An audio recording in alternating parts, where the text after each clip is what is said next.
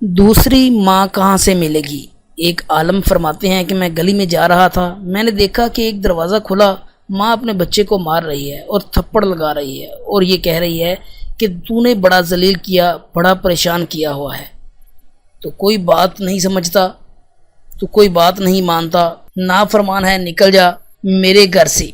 وہ بچہ رو رہا تھا، دھکے کھا رہا تھا، جب گھر سے باہر نکلا ماں نے کنڈی لگا لی۔ فرماتے ہیں میں کھڑا ہو گیا کہ ذرا منظر تو دیکھوں۔ بچہ روتے روتے ایک طرف کو چل پڑا، ذرا آگے گیا، رک کر پھر واپس آ گیا۔ میں نے پوچھا بچے تم واپس کیوں آ گئے ہو؟ کہنے لگا کہیں اور چلا جاؤں، پھر خیال آیا کہ مجھے دنیا میں ہر چیز مل سکتی ہے پر مجھے ماں کی محبت نہیں ملے گی، اس لیے واپس آ گیا ہوں۔ محبت ملے گی اسی در سے ملے گی۔ کہتے ہیں کہ بچہ بات کر کے وہیں بیٹھ گیا، میں بھی وہیں بیٹھ گیا۔ بچے کو نیند آ گئی، اس نے اسی دہلیز پر سر رکھا، سو گیا۔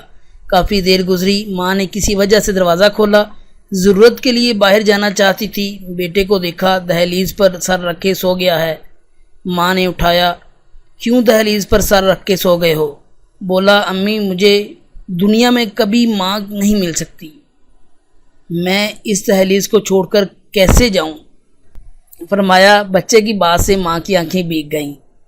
بچے کو سینے سے لگایا اور بولی میرے بیٹے جب تیرا یقین ہے کہ اس گھر کے سوا کوئی اور گھر نہیں، پھر کیوں ستاتا ہے؟ میرا در کھلا ہے، آ جا، میں تیری غلطیوں کو معاف کر دیا۔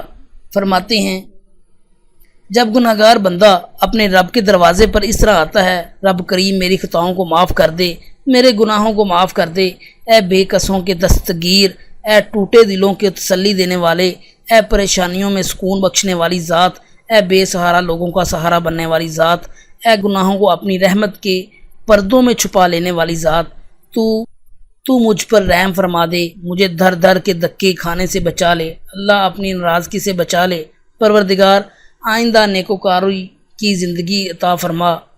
جب بندہ اس طرح اپنے آپ کو پیش کر دیتا ہے تو پھر اللہ تعالیٰ اس بندے کی توبہ قبول کر لیتے ہیں۔ اللہ تعالیٰ ہمیں سچی توبہ کرنے کی توفیق عطا فرمائے، آمین یا رب العالمین۔